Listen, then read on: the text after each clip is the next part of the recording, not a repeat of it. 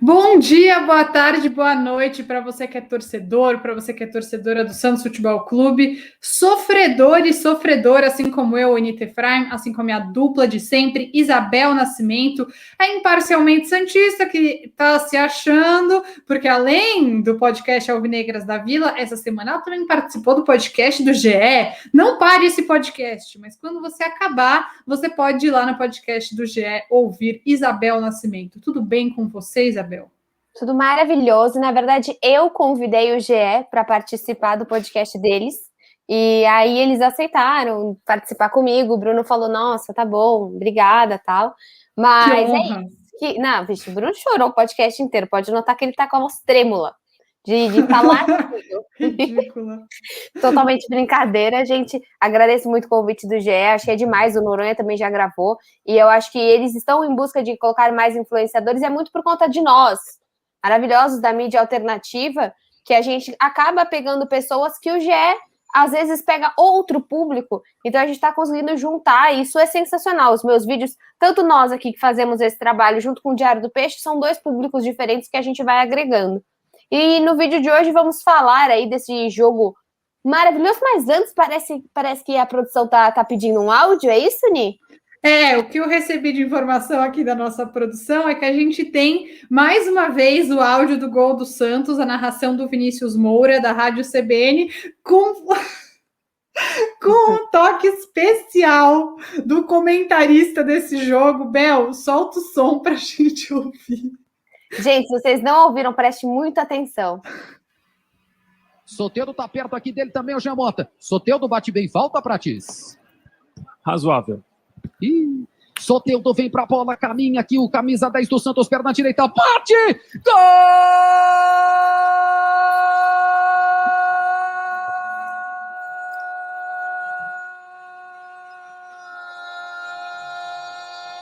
Do Santos! Razoável, então, Isabel. Bateu razoável na bola o Soteldo. Esse podcast, o que você acha, Ni? Razoável. Razoável, né? Razoável. Cara, eu acho que é um novo meme, assim. Eu vou usar isso muitas vezes na minha vida. Tipo, meu, como foi participar do podcast do GE? Razoável. Razoável. Mas vamos falar sério. A hora que desse lance, né? A hora que o Soteldo ele faz um passe para o Marcos Leonardo e logo antes de soltar a bola ele sofre a falta. E o Marcos Leonardo também sofre a falta, mas dentro da área. Acontece que o juiz já tinha marcado a falta fora da área. Então, a hora que isso é maravilhoso. A hora que você viu o Soteldo pegando a bola para bater, tchau lá, Giamotto e Soteldo na bola, você achou que ia ser uma batida razoável ou você achou que ia ser gol? Não, eu claramente achei que na última partida o Soteldo foi muito mal na bola parada. Qualquer pessoa na frente dele tacou na cabeça. Ele não foi bem no último jogo. E assim, além disso, né? Porque também a gente tá brigando com o Prats, mas o Soteldo não vinha bem na partida, não veio bem na última partida no Paulista. E acho que é algo do Soteldo, né? E algo que acho que a gente pode começar a falar desse jogo. Para mim, eu tô sentindo falta dos experientes, né? Se você pega mesmo as notas da Ni ontem, se você olha pessoas como Alisson, o Pará, o Soteldo, até mesmo não tanto o Luan Pérez, mas não são jogadores que estão indo tão acima dos jogadores que têm simplesmente 16 ou 17 anos. Claro que você pode questionar o Marcos Leonardo, só que você nunca pode tirar de foco que ele tem 17 anos. Agora, você criticar que a marcação não está melhorando com a entrada do Alisson, que o jogo não está fluindo com o Pará, que simplesmente o Pará não está conseguindo jogar sem o Marinho. Isso sim eu acho que a gente pode falar. Como os experientes estão entrando em campo e não estão dando aquela desestabilizada que os mais novos estão, né? Sim, ontem eu achei que o time foi assim. Acho que é muito claro o estilo de jogo que o Ariel Roland está tentando implementar, mas que ainda não conseguiu porque não deu nem um mês que ele chegou no Santos, mas deu para ver, especialmente no primeiro tempo, que o Santos teve, sei lá, 75% da posse de bola, mas como o próprio treinador postou nas redes sociais dele depois, faltou profundidade no último terço do campo. Então o Santos chegava, controlava, fazia boas jogadas, mas com aquele ônibus estacionado, que era a defesa do Lara, na frente da grande área, Santos teve muita dificuldade de furar essa defesa, até porque está sem o melhor centroavante do time, que é o Caio Jorge, e sem o finalizador que tem mais coragem de finalizar de fora da área, que é o Marinho. E aí foi muito bom que numa bola parada, mesmo com status de razoável, o Soteldo tenha conseguido fazer o gol, que foi o que resolveu a questão para o Santos. Isso acho que realmente está faltando, mas a tendência é de melhora, porque o Santos, em 2019, quando também tinha uma pegada de toque rápido, de girar mais a bola, trabalhar bem as jogadas, de ser vertical, mas sem ligação direta com o Sampaoli, também demorou, né? Acho que eu estou até sendo meio repetitiva falando isso, mas o Santos foi eliminado para o River Plate do Uruguai na primeira fase da Sul-Americana sem conseguir fazer um gol. Não é uma competição, hein, Roland? Porque o Roland me ouviu, porque eu fiquei falando, porque a gente tomou de 4 do Palmeiras. Aí o Roland falou, não, fica tranquila, vamos passar por isso também. Aí foi o jogo contra o São Paulo. Então, Roland, a gente não tá, tipo, te testando, entendeu? Não precisa ser eliminado para o River Plate do Uruguai e similares. Não precisa. Tranquilo. Isso, faz o seu. Tranquilo. Mas, enfim, eu também acho, Bel, que uma coisa que era importante ponderar, a gente sempre fala isso, né? Acho que sou o alarme de um carro aqui, desculpa se estiver incomodando os ouvintes, mas eu acho importante ponderar que tem um contexto muito grande. Apesar do Deportivo Lara ser um time muito inferior ao Santos tecnicamente, era um jogo de uma pressão muito grande para o Santos. Porque o Lara, acho que meio que sempre vai chegar ali. Para o Santos ser eliminado é tratado como um vexame. Era o fim da temporada continental para o Santos, porque se o Santos é eliminado na próxima rodada, vai para essa nova fase de grupos que tem agora na Sul-Americana. Se passa, vai para a fase de grupos da Libertadores, mas se era eliminado para o Lara, vexame, falta de receita, sem campeonato continental, tudo isso com um monte de jogador com menos de 20 anos em campo. Quem tem menos de 20 anos? O Kaique, o Sandri, o Ângelo, o Marcos Leonardo. Já é assim, quase metade do time, né? E depois entra, eu não sei se o Balheiro tem mais de 20 anos, mas enfim, tudo isso mostra que a conjuntura Pirani, então tudo mostra que a conjuntura era de uma pressão grande, né? Começo de trabalho de uma pressão intestinal também, né? Isso também, né? Algo que o Ariel Roland falou depois que os jogadores comeram alguma coisa que fez com que eles passassem mal. E aí até dá para entender melhor a queda de rendimento do primeiro para o segundo tempo. Mas eu acho que comendo coisa estragada faz tempo, né? Tem umas 4 partidas que tem uma queda bacana no segundo tempo. Mas isso impede progresso, né? Acho que essa é a questão. Ninguém gosta de jogar com piriri, né? Nós sabemos aí o que aconteceu com nossos jogadores.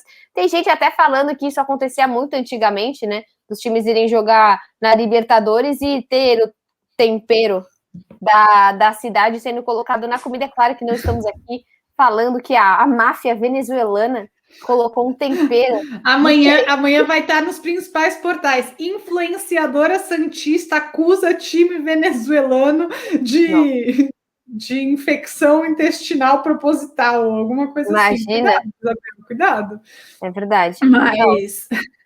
Mas é isso, acho que é um time que dá para ver, já está começando a apresentar ideias, mas que ainda precisa aperfeiçoar suas ideias, e para isso tem que ter tempo. Eu sei que torcedor é exigente, tem o direito de exigir, óbvio que eu também fiquei mega irritada quando o Santos levou o gol, especialmente, mas a gente tem que ter um pouco de paciência, especialmente por ter jogadores tão novos. Não adianta querer queimar o Marcos Leonardo, porque ele fez 2 jogos ruins, ele é um menino de 17 anos, sempre foi destaque de seleção de base, ele tem muito para se desenvolver. E quando o Caio Jorge for embora, porque ele vai daqui a pouco, o que a gente vai ter é o Marcos Leonardo e o Bruno, e eles vão se desenvolvendo com o tempo, tem que ter um pouco de paciência, e assim o ataque do Santos vai se acertando aos poucos, lembrando, mais uma vez, que ainda estamos sem o Marinho, então, também sem o Madison, que ontem poderia ser uma ótima opção na lateral, já que o Pará não estava dando tanto apoio, ele que teve essa fratura na costela. O Madison tem muito a ver com o jogo do Roland, muito, muito a ver, tipo... esse cara, esse lateral, é claro, né? A gente não pode ter 2 Felipe Jonatas, que até é algo que o Noronha sempre fala dessa questão do Felipe Jonathan tentar entrar mais, atacar mais. Felipe Jonathan ataca bem, ele chuta bem de fora da área. Tô tipo cebolinha. Chuta bem de fora da área, só que daí ele acaba deixando espaços, então o Maddison também não pode fazer isso. Porque, por exemplo, o Marinho acaba ficando super livre na área e o Pará meio que completa ele, né? E uma coisa interessante até que você falou do KJ é que ele é um atacante que volta, você vê muito o KJ na defesa. O Marcos, ele não consegue ter essa mobilidade ainda, né? Muito menos. Mas talvez seja uma questão de tempo, né? De treino também, assim, tem uma questão de orientação, fala, você não volta, você fica aí. Mas eu acho que o Caio, ele tem um condicionamento, acho que é muito por conta toda a composição corporal, mas eu acho que é muito questão cara, ele volta muito e ajuda muito na defesa. Então eu acho que isso faz a diferença, porque ele é um cara a mais na defesa, sim. E ali, essa bola parada eu acho que valeu por 2, né? Porque tocaram em 2 cabeças. Então eu acho que isso é uma falha muito grande. Acho que o Santos hoje ele tem 3 falhas, assim, não falhas, melhorias, pontos de melhorias. A queda de rendimento do segundo tempo, eu acho que você tem a bola aérea ainda, que o Olan vai ter que, quebrar a cabeça dele para entender. E essa questão de criar e não finalizar. Só que o Santos joga muito bem, o Santos cria bonito, o Santos cria. Ele cria com um toque de bola, ele cria com cria com uma criatividade, é interessante, mas cria com uma sabedoria, sabe? Esse time precisa de sintonia. Quando esse time tiver sintonia, principalmente no ataque, caramba, esse time pode perder, mas ele não vai. Acho que a gente não vai mais ficar chateado de jogar feio. Se a gente for falar, acho que agora vamos falar um pouquinho das posições, a gente já comentou bastante do Marcos. O Soteldo, eu acho que ele precisou fazer o gol, porque até a hora que fez o gol, meu pai falou, nossa, coitado, as pessoas estão batendo nele. Eu falei, pai, é bom, dá uma acordada. E acho que foi isso mesmo, né? Ele fez o gol, aí todos os jogadores começaram a bater na cabeça dele, e daí, uou, foi isso que precisou pro Soteldo. O Soteldo foi bem no resto da partida.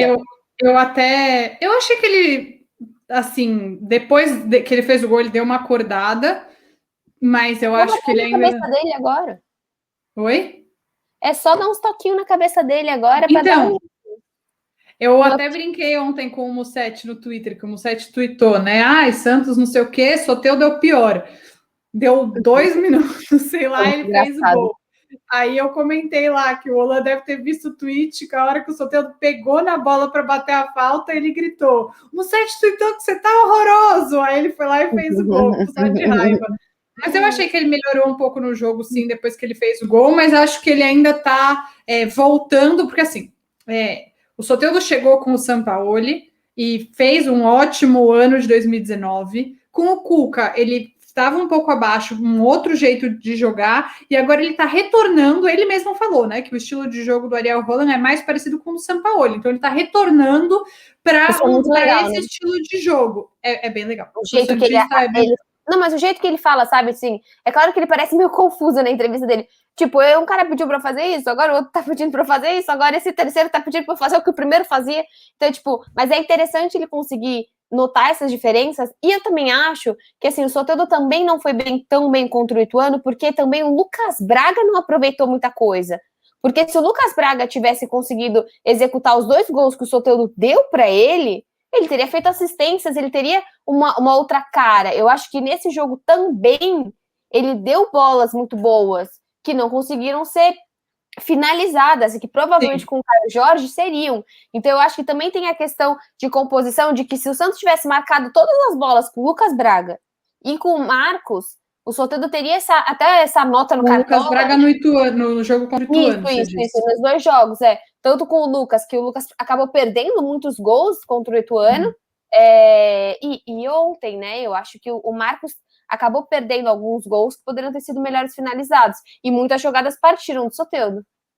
E uma coisa também, que, aliás, falando em Lucas Braga, como é importante ter elenco, né? Porque pode ser que ele não seja o titular do time, mas você ter um jogador que saia do banco e faça a diferença é muito bom, porque o Ângelo cansa. Ele tem 16 anos, é um processo, né? Ele conseguir jogar um jogo inteiro em alto nível. Ele saiu e o Lucas Braga entrou no jogo contra o Deportivo Lara e o Santos ganhou uma outra intensidade. Eu achei que o Lucas Braga entrou bem, eu gostei da entrada dele, achei que fez uma diferença, que o Santos conseguiu se manter um pouco, o Santos acabou se perdendo um pouco, né, no segundo tempo, e quando o Lucas entrou, conseguiu prender um pouco mais a bola. Eu gostei da entrada dele. Eu acho que o Olan, ele fez umas alterações interessantes, né? Até o Pirani, eu achei assim, a gente comenta, do Jean. Eu acho que o Jean, ele não fez uma partida tão boa como as últimas, mas ele tá fazendo partidas regulares, né? Algumas partidas até ele avançando mais, como esse tal falso 9, ele tava indo bem, então é muito do técnico entender o que ele vai fazer com o Jean Mota, como ele pode render mais para essa equipe. Mas, cara, o Pirani é engraçado, né? É o novo xodozinho aí do Ariel Holan, porque o cara, a gente nem falava nesse nome há 2 meses atrás. E hoje a gente vê como o cara conseguiu fazer jogos ruins, mas ele entrou muito bem contra o Ituano. Ele jogou um primeiro tempo que, para mim, foi o melhor tempo da vida dele, dentro do profissional do Santos, e ele mudou a partida quando ele entrou, né? Ele é um jogador que, cara, parece muito também a questão do Sandri, ele não sentiu a partida. Ele entrou como se ele estivesse entrando em qualquer jogo. E para ele é o jogo da vida dele. Porque se ele faz o gol sei lá, se o Deportivo empata, se ele consegue marcar um gol, tudo, para ele seria extremamente importante. Então, eu acho assim, ele é uma pessoa muito promissora dentro dessas que até o Ariel destacou, né? Eu acho que ele é o grande destaque até agora positivo do Ariel. Surpresa, né? Uma coisa que a gente não esperava tanto. E uma coisa que eu acho legal é que quando... Não é para ficar cornetando ninguém, mas eu acho que o Ariel Holan, ele realmente chega com uma ideia de usar a base bem diferente do Sampaoli e do Cuca. Porque o Cuca usou mais na necessidade e colocava ali nos 10, 5 minutos finais, a gente até fica um pouco irritado. E enquanto o Sampaoli era um ou outro... saiu hoje, né, do Lucas Lourenço. Até postei no meu canal. Paranaense, né? O Atlético Paranaense de olho, e é óbvio, né, cara? É normal isso que acontece. É, claro. Até porque ele quer oportunidade de jogar, e no Santos ele não tá tendo. Mas, enfim, e o Sampaoli, reforços, e era um ou outro da base que ele pegava, mas não era, tipo, rodar a base. E a gente vê que o Ariel Holan tem outra mentalidade em relação a isso, que ele realmente coloca eles para jogar. Então, assim, eu vou colocar o Ângelo, não o jogo inteiro, mas vai começar de titular. O Pirani joga quase todo jogo, ele entra no segundo tempo, mas com meia hora para jogar. Então, eu acho que, óbvio que também é a condição do Santos de não poder contratar, mas eu acho que nisso ele realmente indica ser um técnico veio, né, parceiro. Cara, eu achei demais que ele já veio com nomes. Eu até vou fazer um vídeo sobre isso, como o Zé estava me ajudando, estava me explicando e tudo, mas assim, ele já veio para cá, ele tem 2 ou 3 analistas dele, e ninguém chegou para ele e falou, o Pirani, olha isso, o Pirani é bacana, viu, gente boa. Não, ele já veio com Pirani, Sandro, Kevin, Ângelo e Sandri. Foram os nomes que ele já chegou aqui, sabendo que ele querendo ver mais. Ninguém chegou, acho que é diferente, né? Porque o Sampaoli, os caras chegaram para ele e falaram, tem um tal de Caio Jorge, bacana, tipo, já falaram para ele. Eu não imagino que o Sampaoli tenha usado o tempo dele para ver vídeos da base. E outra, né? O Rolão tem uma coisa muito interessante que é a tecnologia. Você pode falar que o Lucas Lourenço jogou com o Rodrigo, que o Uru Alberto era o cara, do sub-20, do sub sei lá o quê. Se ele não vê em números, em estatísticas, que o cara vale a pena, ele não vai atrás. E não é só... É claro que ele vê o jogo e ele sente a partida, mas o Roland tem muita questão de quantidade de passes, de mapa de calor, e isso eu acho brilhante. Eu acho que, assim, falta muito, até porque você tem uma comparação que se eventualmente esse jogador, putz, eu não entrei hoje, hoje eu não entrei. Então, você tá vendo suas últimas estatísticas? Você precisa correr mais. Eu acho que isso também é bom para a torcida, sabe? Que isso transpareça para a torcida, para entender, porque um entra e o outro não entra. E mudando um pouco de área no campo, acho que a gente já falou um pouco do meio de campo, apesar de a gente não ter falado tanto do Giamota, acho que ontem foi um jogo ok, não foi ruim, mas também não foi o melhor jogo do Giamota. Foi o Giamota que a gente está acostumado, né?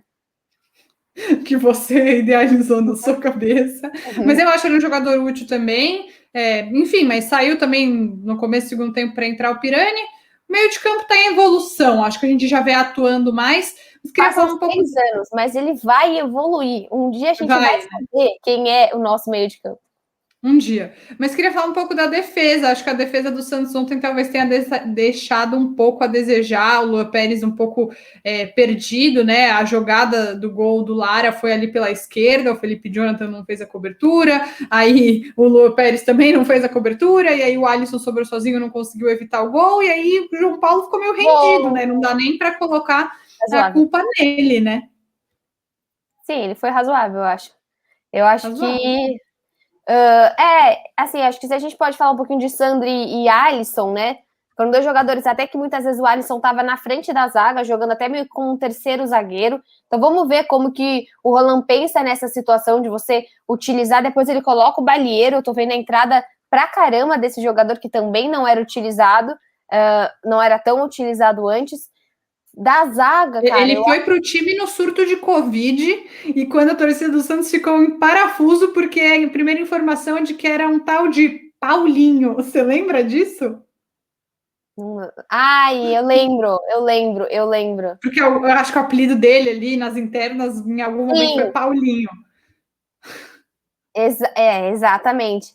E então eu acho que é muito interessante, assim, se a gente olhar para a zaga também, cara. O Kaique, como ele conseguiu fazer um jogo médio. Isso é brilhante também, porque ele fez um jogo muito bom, ele fez um jogo que ele não apareceu tanto, e ele fez um jogo bom. Ele fez um jogo regular. Sabe, o gol não poderia ter ajudado ou não, mas não foi exatamente nas costas dele. E ele e o Luan estão, cara, fazendo uma dupla muito boa. E a dupla de zaga precisa de tempo. Né? Você vai pontuar ali a utilização do Laércio, do Sabino. A Sabino, né, outros 500 nessa vida, gestão Santos. Outros 280 mil. Que podem chegar a 300, viu? Porque o contrato, ele vai aumentando por ano. Ele tem mais luvas, e tem mais um monte de coisa. Tem que vender urgente. Tem que vender para ontem esse jogador, coitado. Nem é culpa dele, mas precisa. Não. E é gestão rolo isso, viu? É a gestão rolo que... Haja rolo, viu? Risos. A Anitta envelheceu 10 anos. Mas meio que já deixou engatilhado e o Rueda não tinha muito como sair. Então, eu acho que é só pra gente não confundir. Mas mesmo assim, você tem o Sabino, você tem o Laércio, mas quando você fixar essa zaga, cara, é muito importante. E eu acho que essa nova função do Luan Pérez, de não acompanhar e de sim comandar, é legal também. Porque mas ele ainda está se adaptando a essa função. Claro, com certeza, como todos, né? Como ontem, se você pega tanto o Pará como FJ, ele, cara, tá entendendo como que vai jogar o Roland também. E no gol, acho que a gente tem coisas aí para mostrar. Essa atuação, eu gosto da definição de João Paulo é meu goleiro, ou que se fosse o John é meu goleiro. Eu prefiro do que esse samba de tipo, João Paulo, tipo, decide um goleiro, coloca, e assim, o João Paulo vai sempre saber que tem um baita goleiro no banco. Então ele vai dar o melhor dele. Não é, por exemplo, o Vladimir, que está distante do João Paulo e do John, né? Eles sabem que, cara, qualquer grande falha que eles façam no próximo jogo pode trocar o cara. Então isso Mas então você acha legal. Que o John e o João Paulo não são razoáveis? São melhores que isso? Sabe bater falta. Eu diria que eles conseguem bater uma falta. E antes, a gente trouxe aqui, né, como tá escrito aí na capa do vídeo e tal, o Sérgio Guedes, ex-goleiro e treinador agora, eu pedi para ele umas orientações pra gente falar aí um pouquinho. Vamos ouvir o áudio dele que ele mandou sobre os dois goleiros, depois a gente dá a nossa opinião. Perdi o ponto. Vou achar com vocês o ponto, galera. Eu vou dar a minha opinião para você do que eu vejo isso, como eu vejo isso. Primeiro que a posição de goleiro do Santos ela é impactante, né? Ela repercute positivamente ou negativamente muito rápido. Então, o certo e errado anda muito perto, né? Uma boa defesa transforma o cara num fenômeno e, de repente...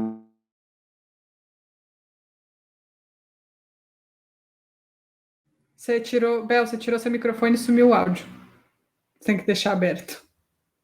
A qualidade é praxe. Vou pôr de novo. Tava tão feliz que eu tinha acertado o ponto. Mas reputo o goleiro umas críticas. Mas, em suma, eu vou dar uma opinião para você do que eu vejo isso, como eu vejo isso. Primeiro que a posição de goleiro do Santos ela é impactante, né? Ela repercute positivamente ou negativamente muito rápido. Então, o certo e errado anda muito perto, né? Uma boa defesa transforma o cara num num fenômeno e, de repente, uma bola que o cara não sai do gol já não serve mais, né? Mas a história proporciona isso, né? Então, quem joga no gol do Santos tem que ter consciência de que a regularidade é praxe. Isso tem que acontecer. Mas reputo goleiros de qualidade, eles são muito bem treinados pelo Arzu, né? Você percebe que são goleiros bem preparados. E quando as circunstâncias, né, do futebol foi propiciando oportunidades, né? E futebol é muito movido assim, né? Uma Covid, uma lesão, uma suspensão. E esse ano que se encerrou foi muito, isso alternou muito, né? E propiciou oportunidades. Então eles passaram a ser conhecidos em momentos importantes, né? O clube jogando vaga da Libertadores, jogando Libertadores. Então a repercussão se torna maior, né? Em função disso. Então uma boa partida tem uma repercussão muito boa, muito positiva. Mas eu entendo que são goleiros de recurso, porque senão, primeiro, não estariam mais no Santos, né? Se sempre se mantém, né? Às vezes os clubes de futebol contratam um rótulo, um grande nome e mantêm as opções sem muita expectativa, né? Em relação a eles, essas expectativas aconteceram muito rápido, né? E eu acho que eles corresponderam a isso. Acho que são goleiros de potencial, goleiros ainda num processo evolutivo, né? Não são goleiros velhos, são goleiros jovens, né? O futebol dá essa margem hoje. Mas eles têm correspondido, eles têm feito boas partidas, e isso vai gradativamente rotulando, vai dando números, né? Como as pessoas costumam dizer, o cara vai ganhando sequência, e eles não têm cometido falhas, né? Isso, de uma certa forma, vai dando o respaldo necessário para que eles se mantenham tendo oportunidades, né? Às vezes se alternam jogando, mas sempre com boa performance, dando margem para escolher. Então eu acho que essa competitividade vai os qualificando, né? Vai os deixando melhores, né? Porque não existe o absoluto, existe sempre um processo de crescimento. Acho que eles estão vivendo esse processo. Então ainda estamos num caminho a ser percorrido, ainda eles estão num processo de evolução. Bom, acho que o Sérgio acabou ficando aí um pouquinho no famoso muro, né? Falando bem dos dois, mas acho muito legal que exista o muro, né? E agradeço novamente o Sérgio Guedes, ex-goleiro do Santos, da década triste aí do Santos, né? Nós cansamos de ouvir que os nossos chefes do diário são os meninos da fila, e que é muito dessa época da década de 90. Então, isso é muito bom, né? Você ter uma competitividade. Eu acho que ontem o João Paulo, você escreveu bem isso nas notas. Ele não apareceu, e quando ele apareceu, ele, tipo, quase falhou muito.